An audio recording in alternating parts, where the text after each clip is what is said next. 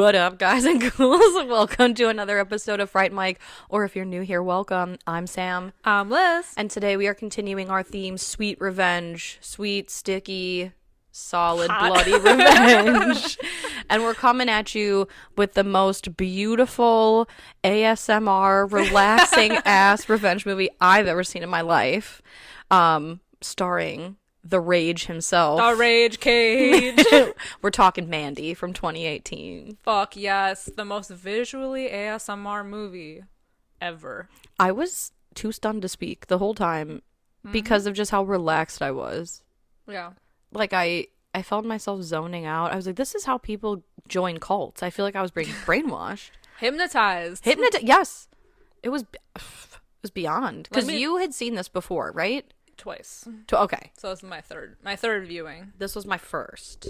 Iconic. Can't wait to hear what you have to say because I don't know anything. Well, I can't wait to hear what you have to say because my first time watching this, it's just a lot of like, this is beautiful, but what the fuck? Oh, yeah. So I think it's meant to be that way. Okay. Because I did read like I watched the movie and then read a synopsis on it, and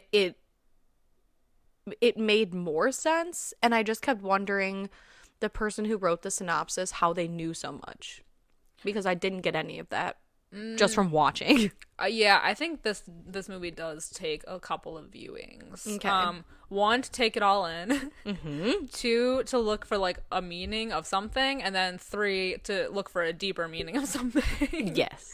If that makes sense. Yes. But just upon like initial viewing, obviously, like we said, visually a stunning movie. And I don't mean to sound pretentious when I say that, but it is like the lighting in this movie is so ethereal. Like, I feel like I'm gonna have to take a shot every time I say ethereal because that's like the way you would describe it. It has this like amazing like palette, jewel tones and reds and pinks and purples and greens, like all over. Not to mention an amazing fucking score. Yeah. Synth for days. It's so good. It all works together in this way that it makes you feel like you're in a womb. Like the colors of everything. Like I think I even said that to you. I'm like, I felt like a fetus because the score with the synth, it's just so like melodic and so, like I don't even know how to fucking describe it, but I felt like I was listening to like a womb machine, and the lights like were so machine? like pink and red. Yeah, and I was like, oh my god, like I felt like I was being transported. Yeah, well the thing like too celestial. is like I feel like that's like the first half of this movie, and then the second half just is like full psychedelic metal. It's like psychedelic ASMR to psychedelic metal, like at the halfway point in this movie. Yeah. It's crazy. It goes off the walls. And it's beautiful. And you know, like, just, I know we usually do like kind of beat by beat of everything, but just to give you like an overview, it's a simple story, one that's been done before, but I think it's the journey getting there that is what makes this movie unique. And basically it's just about a couple who kind of live in the woods, kind of secluded from everybody else, and there's an incident that happens. Nicolas Cage, at his best, Damn straight, gets revenge for the said incident, and so he like fucking goes on a rage and kills everybody. And that's like the story, but again, it's the journey. Yes.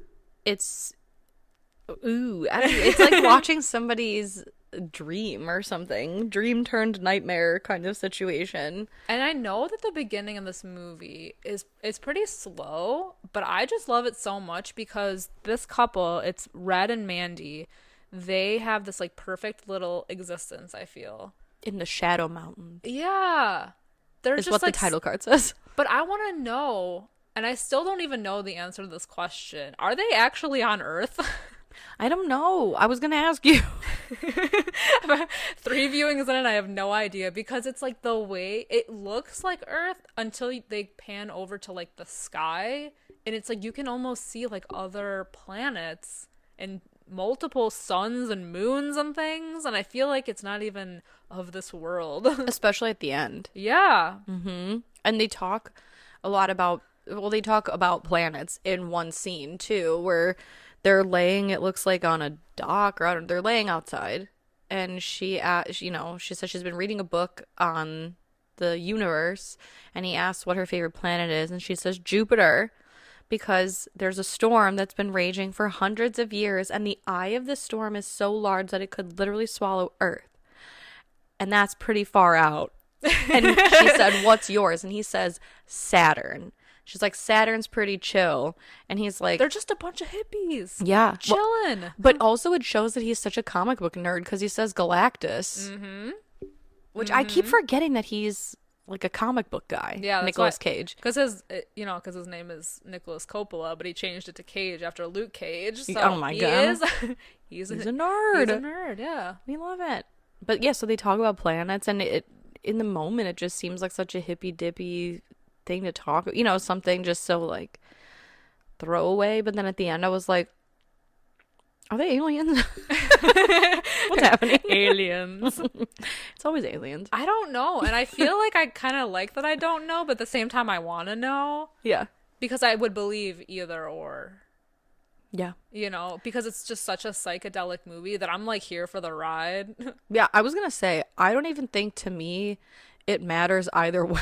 Yeah. But it's something I think about every time I watch this movie. Yeah. It just feels very somehow, I don't even know, like David Lynch meets Outer Space meets Hellraiser meets... Oh, heavy on the Hellraiser. I'm so glad you said that because the fucking... The bikers. When they showed up, I was like, what fucking, like, Rob Halford ass, like, Judas Priest Hellraiser shit am I looking at? But it was great. Yeah.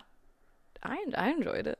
So, let me get to the scores before I, like, go in, because I feel like once we go in, we're going all in. We're going in. So currently, as it stands, so Mandy came out in 2018. Currently has a 6.5 out of 10 on IMDb. It has a 91% on Rotten Tomatoes, which is fantastic, as it should. I'm surprised this came out in 2018 because I feel like the first time I remember ever seeing it was 2020. And I mean, seeing it as in like it was making its rounds. I think like on streaming and on socials and all that. And maybe it's just because we were all indoors then that I really paid attention to it.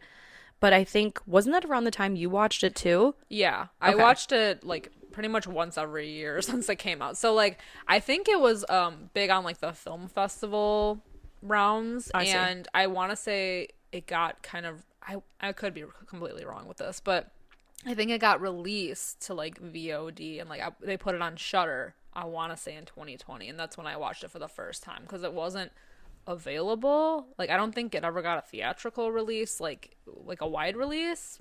But I could be wrong because everything is like a fucking fever dream after. Yeah, like 2020 and before it was like years ago. Right.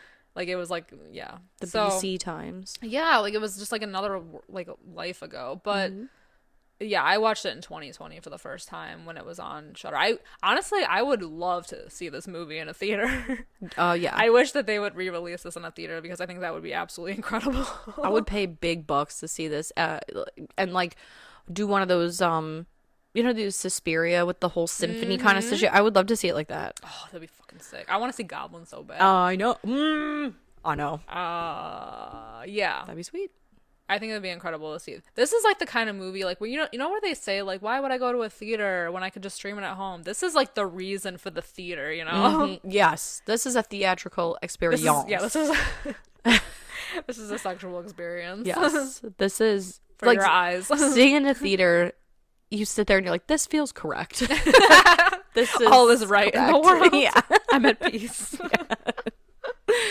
Oh my god. Yeah, so we open on Nicolas Cage. He's like a logger or a lumberjack. He's off in the woods. They're cutting down some logs. And his wife or girlfriend Mandy, his partner, she's an artist, a really fucking good artist too. They, like I said, they have this perfect little existence. They have like this cool little house with all these windows in the middle of nowhere, and they're like so cute. They have their little dinner by the TV every night. They Oh, I talk about know. space and like They seem to deep really things. vibe with each other. Also, this movie takes place in 1983, I think. How's it? It does. I didn't even catch that. It says so in the beginning of the movie, because let's just talk about how this movie has, I think, 3 title cards. Oh yeah. Technically, so the title card of Mandy doesn't appear until like an hour and something minutes into the movie. But the first title card we kind of get, it says The Shadow Mountains 1983. Okay. So it's in the 80s, Yeah. which is why they're watching an 80s Well, movie. movie, Yeah. something.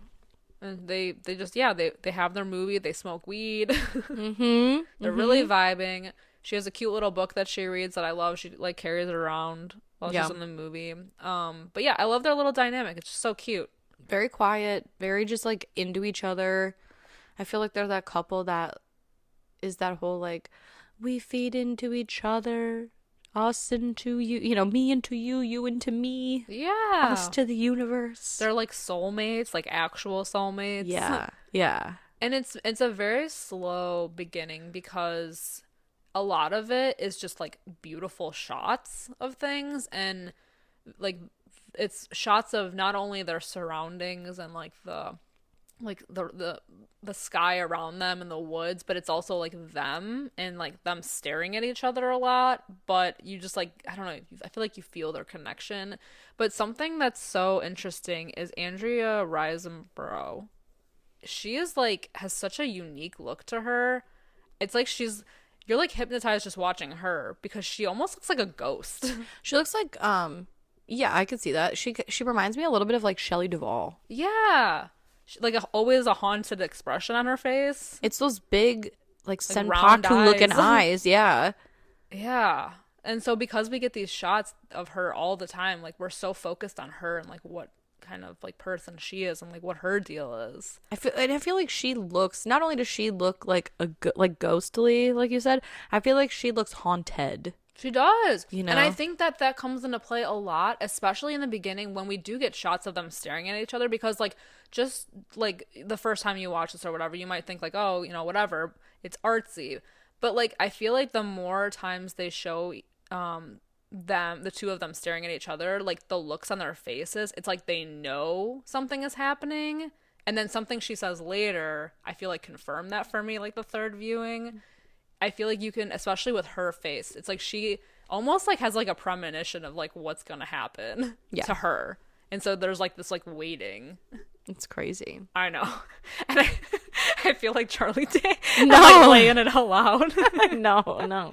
Maybe I'm looking way too much into it, but I just feel like after watching it so many times, I'm like, there has to be more meaning to all of this stuff. Mm-hmm. And there was. I'm fucking convinced. You know what I do like about the beginning of this movie, though, is that even though it's slow and it's artsy and they're looking at each other and they're speaking to each other about nature and the planets and whatever, I don't know if it's like, it's got to be the way the colors work and the way it's shot with the score and everything, the soundtrack.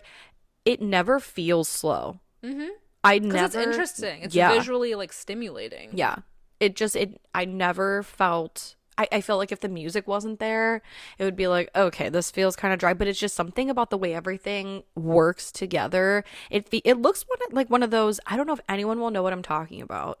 Is this an old people thing? Do you remember in like the 90s / maybe early 2000s, those portraits of sand with the different like colors in them, and then you flip it and it all just slowly kind of like moves together? That's what this whole movie felt like to me. It was just like everything working so cohesively well together that nothing ever felt stale or slow or anything. I was so focused and invested. I agree. Mm-hmm.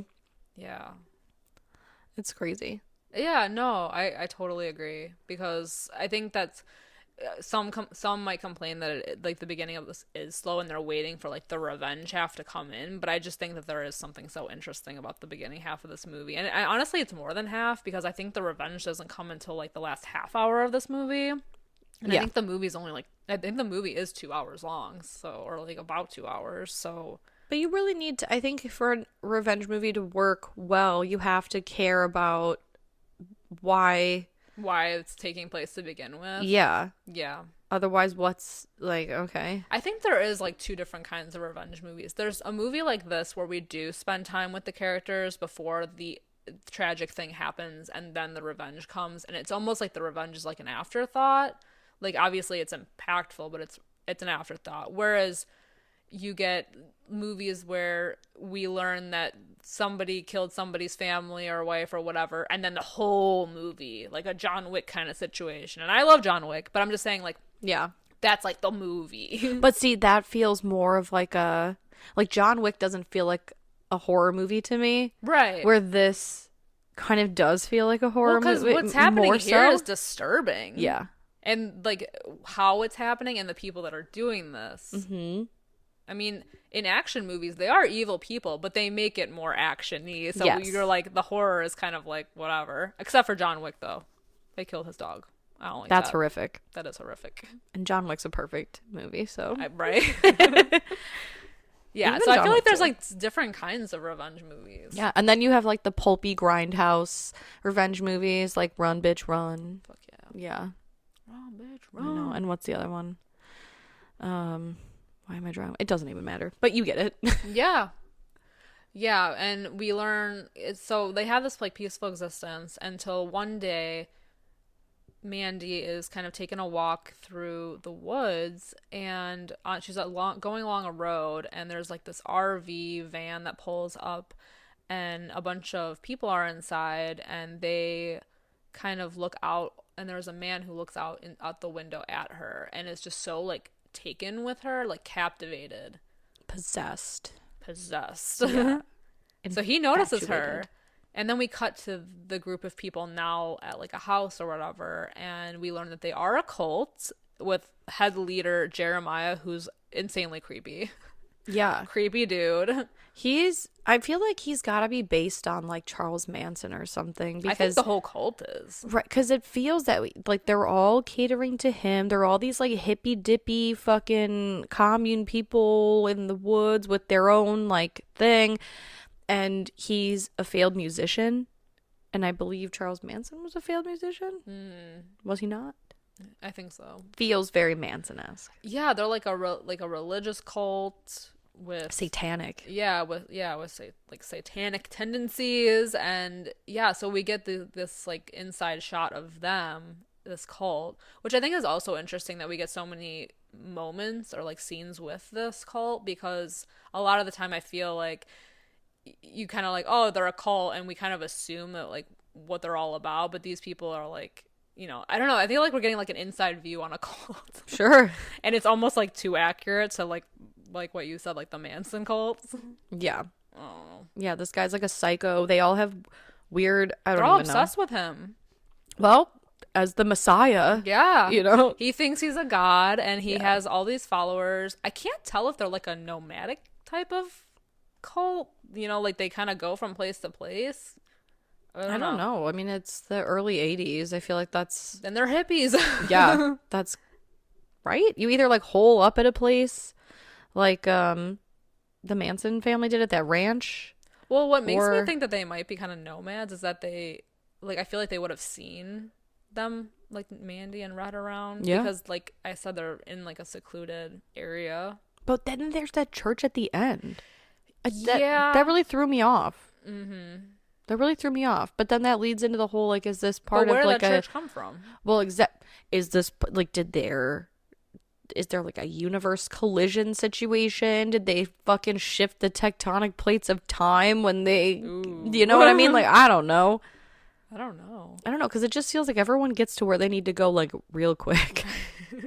And these bikers from hell come out of nowhere, but then they're like found really easy, and they're in I And don't they're know, like defeated a really easy too. yeah. And then he like even Red later wakes up in that room where he just throws that guy down like a chasm in the middle. Like where is this? Yeah. Where is all of this? I know, it is weird. It's out of time. It's out of space and time.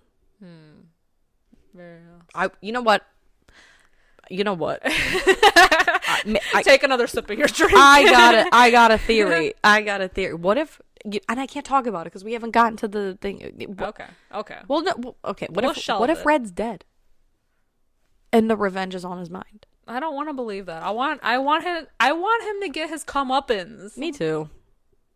Because fuck these people for doing this for no fucking reason. Mm-hmm. Like most cults. Yeah, like most people, just trying to cause chaos.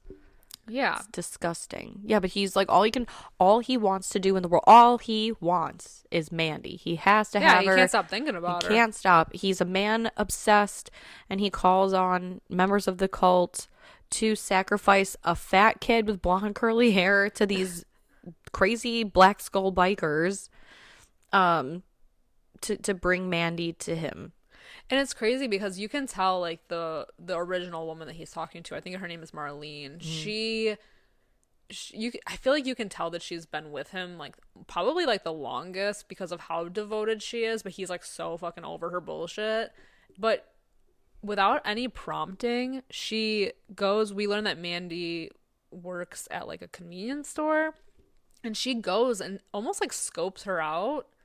And I think that's really goes to show you what kind of person Mandy is, like extremely introverted, because when Marlene like comes up and is trying to have like a friendly-ish conversation, she's like so annoyed. Yeah. She's just reading her book and she's kind of like, it'll be $5, like get the fuck out of my face. Yeah. But then she tells her weird, like, I guess it was a different time back then. People would still like hitch rides and stuff with strangers, but this lady that Mandy doesn't recognize, that's like asking her questions like, oh, are you from around here? Where do you live? And she's like, yeah, I live up by Crystal Lake. That seems like something I wouldn't want to tell anybody. Yeah. Like, it's none of your fucking business. Especially if there's not a lot of properties around. Mm-hmm. That's very specific. But either way, Marlene got the deets. She did. You know, she got but the I tea. think she was like a little jealous, you know. Probably. Because Jeremiah is all like, oh, I can't stop thinking about this girl. So she's like, well, what's the deal? You know, what's the tea on her? Mm-hmm.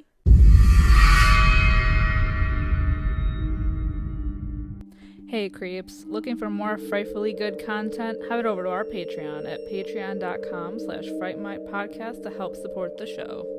We have current movie reviews, spooky cocktail recipes to match our theme of the month that you can enjoy if you're 21 and over. Or not, I'm not your parent. For legal reasons, I must say this.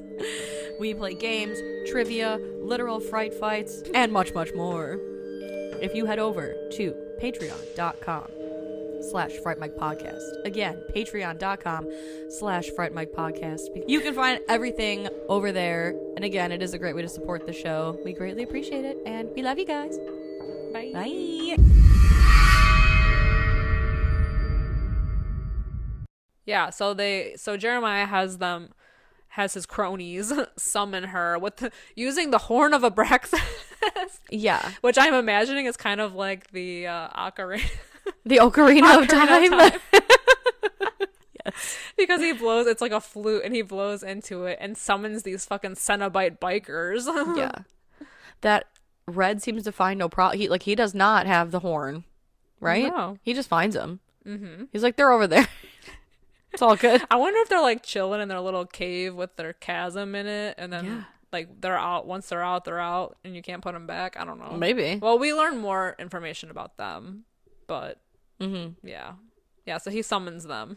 Yeah, and then they're watching them sleep from like outside because they have this badass bed that's surrounded by like windows. By windows, which it's really cool if you're in the middle of nowhere, but also I still if you feel don't like watch I need my privacy. Yeah, if you don't watch a lot of horror movies with people standing outside windows, it would be perfect.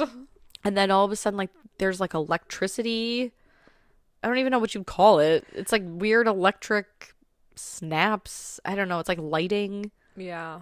I don't know. There's weird lighting and electric sounds, and they kidnap Mandy. They do. And then they tie Red up. Yeah, with fucking barbed wire. Oof. Yikes. Not good. And then Mandy wakes up, right? Because then we get another title card, right? Now, just to like, do you think these bikers are otherworldly? Yeah, Okay. I think so. And that's another thing, like, is that like a clue as to like where they actually are, like where they live? Because it's like, okay, they were people once, and their backstory is something about them taking like bad LSD and becoming deformed because of it. But like now they have to be summoned using this horn of Abraxas. Yeah. And when he says, you know, after they summon them, the like leader says blood for blood, and I'm pretty sure they like, yeah, they sacrifice that one guy that's with them. Yeah, so are they like cannibals too? I'm telling you, they're Cenobites or something, because Sweet suffering. but can we talk about that scene where they take that fat kid as a sacrifice, because you see him through the window and then you just see him slowly being like pulled into the darkness. Yeah. Oh my God, it just was like, it fed my soul. It felt so like smooth. It caressed my brain in a way That only that kind of thing could caress your brain. Yeah, it was great. But yeah, I think they're demons or something. I don't know. There's definitely something supernatural happening here too, because once they have Mandy, they take her back to their like lair, and they put like weird goop in her eyes. It's got to be drugs. It's got to be a psychedelic Yeah. drug, because again, I don't know if this is like a parallel between Charles Manson and his family and then this cult, but the Manson family, they would take like a shitload of psychedelic drugs before they would do any of this weird shit. And so they put this dropper of some mystery liquid in her eye, and then Marlene takes the rest of it on her tongue. So I'm thinking it's some like they're all tripping LSD hard. acid shit, right? Well, and then there's that wasp that they have sting her. Like, what's up with that? And it's so large. It is really large. It's like the size of a disgusting. newborn baby. It's fucking disgusting. And they keep it in a jar. Yeah, so they're all tripping balls Yeah. when they get her. Yeah, because they sting her in the neck, which reminds me of Old School when he's like, "You got a fucking dart in your neck," and he's tripping balls. But yeah, this thing is so gigantic. And then Marlene says she calls it the cherry on top. Yeah. So they're definitely, I mean, they're drugging her for sure. Yeah, and then when she's finally brought before Jeremiah, you know, he is given his whole speech about how he's a failed musician and he found God and whatever. And then he started collecting people. He did the whole, do you like Ice Nine Kills? Not really. Yeah. And he's like, do you like the Carpenters? Yeah, they're pretty great. Listen to this, though. And he puts his own record on. So it's his own record in which he sings, and the song is about him. And which this whole scene is so cool too, because then he's talking to Mandy, and it's a shot of his face and then her face, Like super, and then it's and it flows so seamlessly in and out of itself, or like, you know, the faces that I felt like I was on drugs. Like it's especially if you watch this movie in so the dark. good. Yeah, which I did. So many flashing lights. Oh man, and he's just telling her all kinds of, you know, shit about how God spoke to him, you know, and he was like, "Fuck these people who don't think you're good enough, because you are good enough. You're the Messiah." He's dude. a motivational cult leader. Yes. And then he stands in front of her like Buffalo Bill style, but just like dick fully out, and he's like, "Oh," with like a robe, and she goes, "You sing this?" And he's like, "Yeah." And she's like, "And you're singing about you?" And he's like, "Yeah." And she starts laughing uncontrollably, like maniacally. It is so beautiful, because he's like, shut up, Oh yeah, he's a little insecure. It's his moment of insecurity where he's like, well, wait a minute, you know, because then he's yelling at everybody, all of his other little members, and they're like, don't fucking look at me, because he knows he ain't the shit. Because his little member is out. His teeny weeny. He's like, get the fuck out of here, shut up, it's not that bad, my mom said it was good, okay? It's cold in here, okay? I was in the pool. Shrinkage. Oh man. Yeah, no, she just, I mean, Good for her. What a queen moment. Not given a single. That's like another moment where her personality just shines through, man. Yeah. because she gives no fucks. She can't be bothered and is not into you, bro. Right. Put your Get your dick out of my face. your little elephant trunk out of it. That's honestly, that's putting it so nicely. Oh my god. Put your teeny winky away. Yeah, so the next scene is a little hard to watch. Yeah. A little difficult because the next scene is Red wakes up, still tied up with barbed wire, now outside. He gets the little love demonstration from one of the other cult members. You know, Jeremiah is still on his fucking soapbox talking about how, oh, all these people love me so much and she's gonna prove to you how much she loves me. So he has one of the members of his cult like put a gun to her head and she shoots herself in the head, but there's no bullets, but it just goes to show you that she's willing to do whatever for him. Yeah. And then they bring out a bag With Mandy inside. with a person. No. A person-shaped bag. Yeah. And they proceed to tie her up in the bag and light it on fire in front of Red. So he has to watch while Mandy is burned alive in this bag. Oof. I know. It's rough. It's interesting, though, that they say they live by Crystal Lake, which is, you know, Friday the 13th reference. But also in the remake of Friday the 13th, do they not burn? Yes. Yes, so they it's do. like another parallel, Yes, kind they of. do. Yes, they do. I thought that was fucked. interesting. Oh, God. It's always hard to watch people getting burned alive. I know. Really fucks me up. Yuck. But Nicolas Cage's acting in this scene is so fucking good. It's incredible.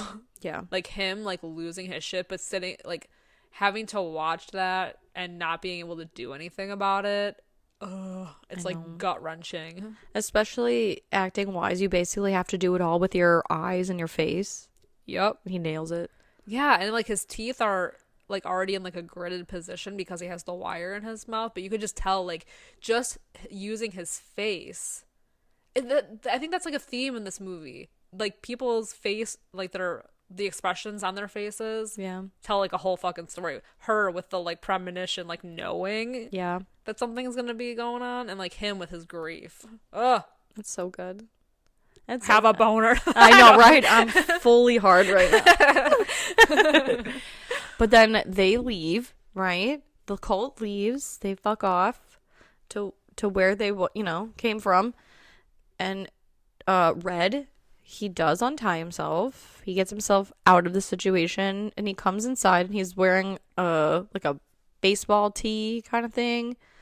What are those things called? Yeah, like a baseball tee. set. Okay. And underwear.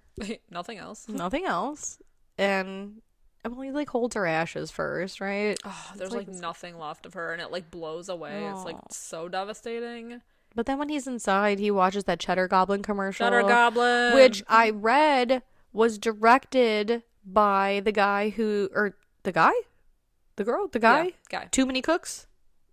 Do you remember that show from Adult Swim? Yeah. Yeah. Yeah. He did Too Many Cooks. The guy that did this Cheddar Goblin commercial. Cheddar Goblins. It's a fucking disturbing commercial. I would buy Cheddar Goblin. I love how he just takes the moment to like, it's like he's numb from the whole experience, and so he's just like chilling. And then he goes into the bathroom and he gets his secret stash of vodka. Yeah. And just this scene is so good too. It's like almost like it's like funny but sad but funny. Yeah. Because he goes through like every stage of grief in one scene. He's just like screaming and crying and like hysterical and just like, I don't know, man. Mm-hmm. It's incredible. I have to mention too that I did write this down when they were setting Mandy on fire and she was like burning. The one guy who they call Swan, Brother Swan, whatever, which I think is funny because if you guys listen to our musical month, obviously Phantom of the Paradise, the bad guy's name is Swan, and it's like a devil thing. But he, while he's watching Mandy burn, he says, the darker the whore, the brighter the flame. And I just thought, I think I'd like that chiseled on my tombstone. This movie's metal, I'm telling you. Yeah. I'm telling you. Yeah. But then, Fuck yes. Even the little quote in the beginning of the movie, which is escaping me, is awesome. It says something like, like something like, when I die, when I die, do not weep. Put some headphones. Oh no, put some speakers at my feet. Yeah. Oh my god. And then something rock and roll me. Rock and roll me to sleep or something? When I'm dead. Yeah, it's something like that. It's fucking awesome. Yeah. Oh, yeah, no, it's when I die, do not weep or something like that. It's just like something like put 2 speakers at my feet, put some headphones on my head, and rock and roll me when I'm dead. It's something like that. Ugh. Very good. Fuck yes. Very fun. I love that. I know. I want that on a...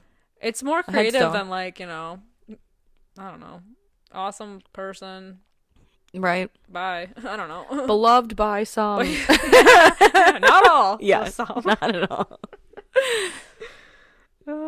Those who knew her loved her. Those who really knew her thought she was awful. What will really be written? No. Yeah, exactly. That'll be my obit. Yeah, so the next day is when he goes to his guy, his weapons guy. And you know, everybody's got a weapons guy. And this makes me think that he had somewhat of like a past. Like, why does he have a weapons guy? They were in the business together. I don't know. Whatever he was the doing. lumberjack business. It's like he had like maybe he was like a spy in another life or like some kind of mercenary, and he retired to live the peaceful life. Yeah. With this existence. And you can still became get your a rocks off lumberjack. being a lumberjack. Yeah. Yeah, but instead of butchering people, you're just cutting down trees. Mm-hmm. I could see that. It's interesting. Also, I want to point out in this scene that the crossbow that he takes is called the Reaper. And right before when Jeremiah is doing his whole little naked spiel thing to Mandy, he says, "What do you see?" And she said, "I see the Reaper fast approaching." Another fucking premonition. I'm fucking telling you. I didn't catch that, so thanks for pointing that out, because that just... Oh, man. I think I came. Fucking, she's seeing the future, man. She's Hell psychic. Yeah. I'm telling you. Wonderful. Yeah, so he goes to his weapons guy and gets a crossbow and some shit, and he's like ready, battle man. axe that looks like a big old... He forges letter that F. bitch in fire. Yeah. Like a Viking. Oof. It's so... yeah. It's incredibly metal. That's a sexy weapon. That's a sexy weapon. It's a close range. Mm-hmm. It's a blow, man. It's a blow Yeah. to the body. And the guy that he gets it from, he mentions, like, I know exactly, you know, because he's like, I'm going hunting. You know, what is all this for? I'm going hunting. And he's like, who are you hunting? And then he breaks down again and says, like, these people fucking burned her alive in front of my eyes. Like, I'm fucking going. And that's when he tells them about the gang being the Black Skulls. And they were like a group of people who got a bad batch of LSD and got really fucked up from it and deformed, and they haven't been the same ever since. But they feed off of pain. Mm-hmm. Very Cenobite of them. Yes. So there's a connection there. Very Hellraiser. Yeah. And he's like, I guess I'm going for it. And he does, because he's like, you should expect to not live after going after them. Yeah. And Red's like, no need to be negative. I'm fucking shit up. And he fucking does. He goes that night, I think, or like the next day after his axe is cooled down from the flames. And he goes and he fucking hits that dude with the crossbow. Yes, he does. He hits him off his bike and then runs him over with his car. So Nicolas Cage, he hits the guy off his bike and then runs the Cenobite looking ass with his car. But this dude is covered in so much heavy metal armor and like nails and shit that it fucks up his car, and Nicolas Cage like blacks out, and then he wakes up with his hand nailed to the ground, and then the other one is like tied to a pipe next to this chasm. Yeah, I don't know what the fuck this thing is. I don't know. I feel like maybe somehow Red died watching Mandy burn. No! And so like the rest of this is just... I refuse. It's crazy. I mean, I don't care if he did or didn't. I'll accept anything as truth. This movie's just so fucking badass. I don't even care. But otherwise, yeah, like none of this after makes sense. But in a good way. Like in a way that I've just accepted. You know, it's like a David Lynch movie. Yeah. I've just accepted these to be true. For the ride. Yeah. We're not here to ask too many questions, because once you do that, I don't know. I mean, I know I've been asking a lot of questions, but I feel like I'm still whatever about it. Yeah. This is a movie where I got questions that I don't care if they're answered. Yeah. And once he kicks that dude in the chasm, he armors up. He gets like that dude's armor, and he gets that box cutter that he fucking kills that other guy with. Oh yeah. And it's weird too because there's the chasm and he goes up the stairs and suddenly he's like in someone's like mobile home. Right, that's like where are the people? Like where are these people at? Because they had to be summoned by a flute, but they live in a trailer. They live in a that trailer also park. has that They had to be summoned. Maybe we are looking too much into it, and they only had to be summoned out of the trailer park and not whatever supernatural fucking black hole they came out of. fucking like a bunch of trailer park metalhead Barbie dolls. It's crazy. I mean, whatever, man. Their place is interesting. It is, and I'll like say. it doesn't really take him that. I mean, he gets injured a lot, but it doesn't really take that much for him to take these fuckers down. Okay, but wait a minute, because he dips his finger in that jar of gray stuff that I assume is the weird Bad LSD. Batch LSD, because the second, like, his tongue hits his finger in, like, a nanosecond in this movie, and it's just like all these flashes of crazy shit. He's wired, man. So, like, did he die watching Mandy burn? Did he die from the crazy fucking LSD? I don't think he died. I don't care if he died. I I just think, don't you know, want him to be dead because I don't either. But I just he takes the LSD and then he does the cocaine too, and that like further fuels him. Well, yeah, because I feel like at that point you have so much adrenaline like running through your body from all the rage killing, and on top of just being fueled by pure unadulterated rage in general, that like, yeah, I'm gonna take the cocaine. I mean, it's gonna make my dick so fucking hard. Like, you know what I mean? Like at that point, it's like, Going in full force. Yeah. And the fact that he fucking slits that guy's throat and it's like a fucking blood waterfall all over his face, and he's like, yes, And he's, like, fucking laughing. dude. Yeah. And did you notice the basically from like after the time that they kill Mandy, all the lighting is like red. Like he's only fucking seeing red. Yup. Red is seeing And his red. name is Red. Ah! I feel so Amazing. bad for everyone listening. I'm like screaming into the microphone. This whole time. That's I'm trying to hold it far away. Like, I know. I'm sorry. No. I'm like swallowing the fine. microphone and screaming. Like, holy shit. so good. It's just so good. It's so fucking good, man. And then he goes and has a big fight with like the final bike guy. Yeah. And Head it's in sent front of a away. burning car, which it looks so cool. Yeah. It's like, It's I don't know, in the middle of nowhere. It looks like they're fighting in front of a wall And he's like, that has a "She burning still car. burns." Yes, she still burns. And then it pisses him off. So then Red kicks the guy into the burning car, which sets him and all of his metal gear on fire. And then the guy just keeps saying, she burns, she burns, she burns. And then Red takes that bad axe motherfucking weapon thing and just chops his head off. Incredible. Yeah. Fatality. Oh my god. Now, this next scene is like the only part that I'm a little on. Like when he goes to meet the chemist who manufactured this LSD, and he kind of gives him a little bit of a backstory on like what happened with these other guys. Now, does it say anywhere that he is the guy who gave him the bikers the LSD? Because that's something I read in like when I finished the movie and I just was reading like a synopsis on this. It was like, and then he goes to the chemist, the guy who gave them the bad LSD, blah blah. I was like, where did I miss did I miss the introduction? Because it just shows the chemist played by Richard Brake, who I love. It's just like some dude listening to synth music with a tiger in a Just cage. vibing? Yeah. But what is up with that? That's the only part in this movie that even though everything else is so like bizarre, that's like the only thing that feels out of place in this bizarro world. I feel like he's almost like this like I want to say like this like weird godlike thing. Maybe he's just seeing him. He's like an oracle. Yeah, like maybe he didn't actually meet him in person, and he's just like, this is what he believes. I don't know. Maybe he's in and out of consciousness from getting fucked up from all those guys. Maybe. And then the LSD, like he's tripping hard, so he's seeing shit. But the chemist does tell him where to find the cult. Yeah. He's like, you have to go north. Well, that's what makes me think that he knows the situation because he has a lot of information. Like he might be in on it, kind of. Perhaps. But then why doesn't Red kill him? Maybe he's the real leader. The chemist? Maybe. Why else would he give up the cult? Like, fuck all these people. I don't know. I don't know. Well, if you are a cult leader, you need a cult. You would just give up all your followers. But if they fucked up so bad, I mean, they gave over the other guy to the Cenobite dudes.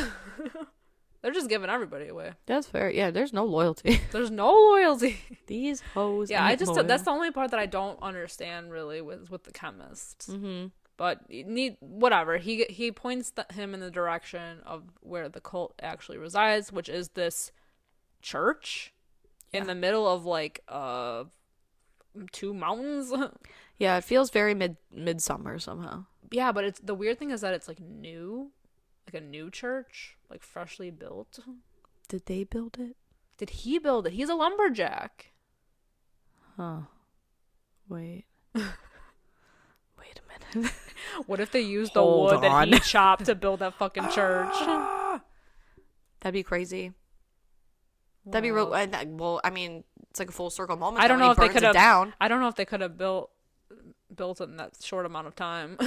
But these cult nomad people, how would they have known that the church was there? You know what I mean? Yeah, because they were living in like a van. Yeah. Oh no, they were living in that house or that. Or was lair. it a trailer? I don't know. With the Cenobites that also had a trailer? Yeah, like they were neighbors. Where are these people? Where are you people? It doesn't matter. I don't know. I have questions, but it also just doesn't matter. It doesn't matter. He's going into the church, but he runs into fucking Brother Swan. Yeah. Who he fucks up real good. It's like such a great He doesn't scene. even axe him with the actual axe. He takes the handle of the axe and just jams it into his mouth and just fucking through his head. Because Brother Swan is like, better to burn out than and he means to say like better to burn out than fade away, but before he can say the word away, it just like straight handle to the back of the throat. That's great. I love it. But then he leaves the girl alone. Yeah, because he's like, yeah, it's just whatever. No threat to me. The girl that was gonna shoot herself in the head for Jeremiah Sand. But the other dude that gets chainsawed. Oh, he fucking drags that guy on a chainsaw. Yeah, this fight was so cool too. Like, it just is like the most badass ambient. Yeah, you know, the whole ambient. Thank you. A fucking ambient chainsaw fight with one of the world's longest chainsaws. Yeah. He pulls that long ass chainsaw out, and I think the last time I saw a chainsaw that long, it was in a video game. Yeah, well, much to this guy's dismay, because he ends up landing on it. Which happens in a Rob Zombie movie that Richard Brake was in.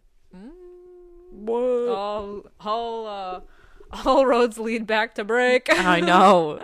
Yeah, for those of you interested, the movie is 31. It's not great, but I like it. I fully know that it's not good.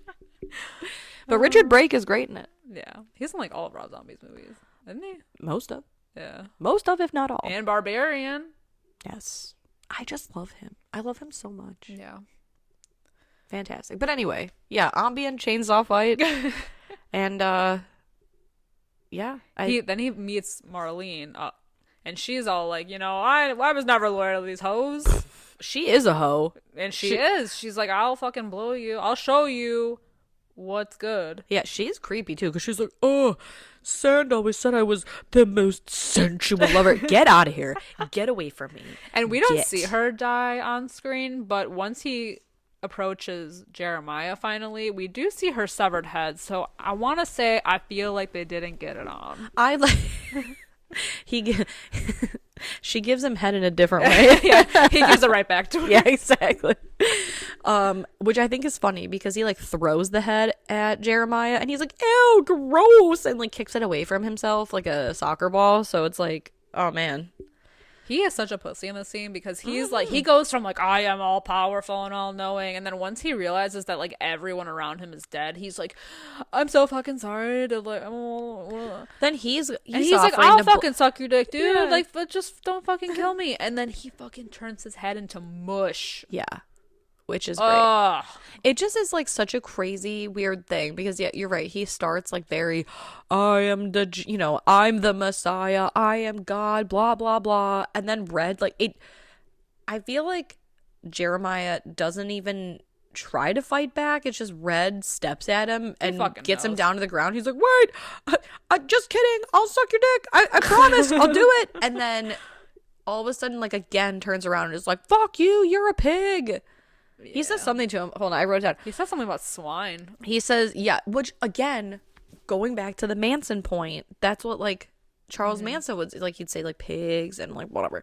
But then, yeah, Sand is on the ground because Red has him down there, and he's like, after he's like, I'll suck your dick, I promise. Then he like reverts and he's like, never mind, you're nothing to me.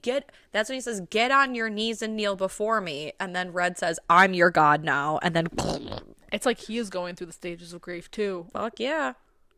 It's awesome. It's so good. I got chills all over my body. Yeah, burns that fucker to the ground. Yeah, sets fire to the church, walks out. Music's playing. He drives away, and now this is like another thing that's like could be like a hallucination thing, because he's driving away and he gets like a glimpse of Mandy in his like passenger seat, but it's like we're getting him normal and her normal, and then him all fucked up and like clearly still fucking tripping. Yeah, it's the Nicolas Cage meme. Yeah, the one that's all over the internet. Yep, it's that scene. So, yeah, he's, like, hallucinating her, and he's obviously, he actually looks crazy. He looks unhinged, man. But he's driving, not looking at the road, and then it pans out, and, like, everything is, like, fiery reds and oranges, and, like, it looks like the whole universe is ablaze, but then when it like fully zooms out, you can see like on the horizon, like in the sky, that there are planets.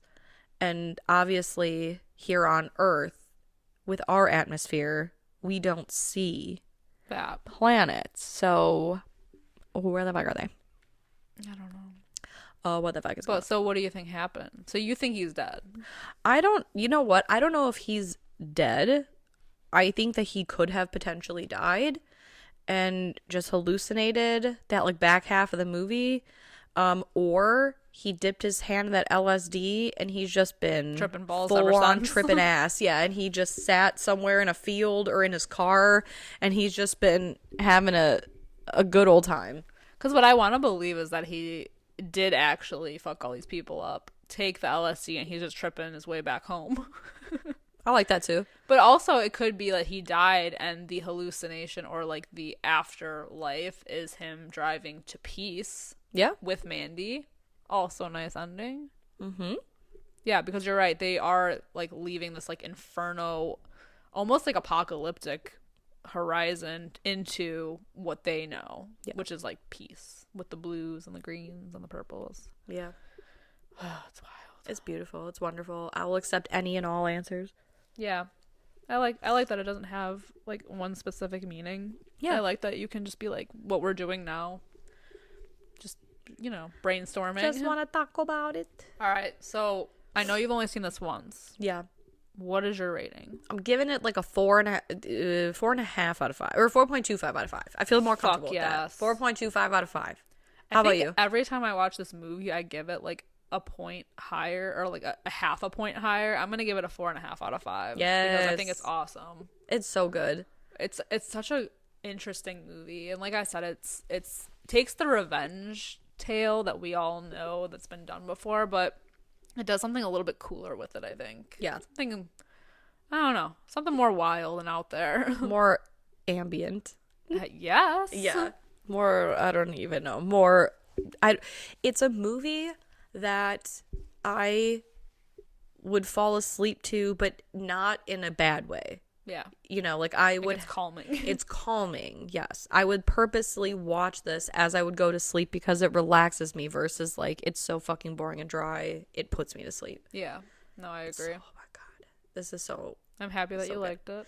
I truly did. I'm so mad that it took me forever to watch it. I should have just watched it years ago. No, you're good. You're on. Yeah. You're on here with us now, so. Exactly. You're on this level. Yes, this yes. planetary plane. I'm here for it. My next tattoo is going to be the darker the horror, the brighter the flame. It's a tramp stamp. Yeah. But anyway, these are just our opinions on the badass metal movie Mandy. Let us know what you guys think. If you've seen it, if you like it. If you don't, why? I'm curious. But you can find us on all social medias. If you are new to our social media situation, we are everywhere. Facebook, Instagram, Twitter/X, TikTok, Discord, Reddit. I mean, you name it, you can find us there. Also, please do not hesitate in the time of giving, the season, the end of the year, to please leave us just a 5-star review, a nice little comment, wherever you can, wherever they allow, just to show us how much you love the podcast. We certainly love you, and we love reading these nice little comments. And also, I don't remember what else I was going to say. I think that's it. Yeah, no, that's it. Until next time, I'm Sam. I'm Liz. Rest in peace.